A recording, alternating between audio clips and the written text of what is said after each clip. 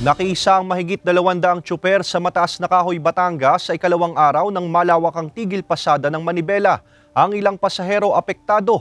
Samantala sa Cabuyao City, Laguna, nag-alok ng libreng sakayang LGU para sa mga pasaherong apektado ng tigil pasada. Narito ang report ni Hazel Alviar.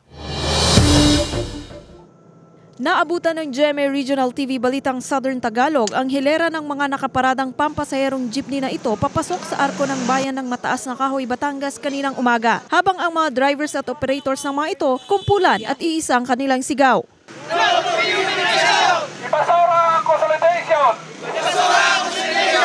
Sa ikalawang araw ng malawakang tigil pasada na ikinasa ng grupong Manibela, mahigit 200 na mga PUJ drivers at operators mula sa 5 transport group na biyaheng Mataas na Kahoy, Lipa City ang nakiisa rito. Na kami po ay hindi kampante sa gagawin nilang modernization program na ito, na karamihan po sa amin ay mawawala ng trabaho.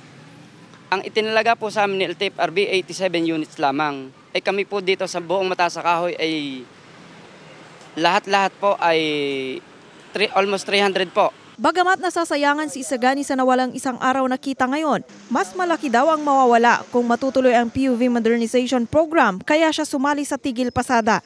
Dahil nga po sa na balita na gano'n na parang ditong December ay mapepesot kami.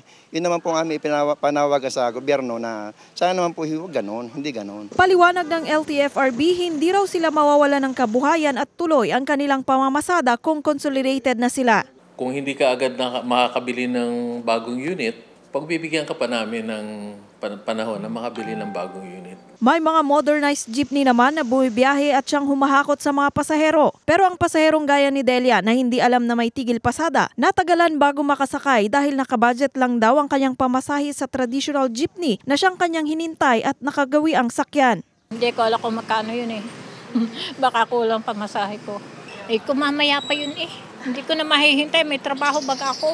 Sobrang hassle po sa biyahe, lalo na po estudyante, may hinahabol pong schedule.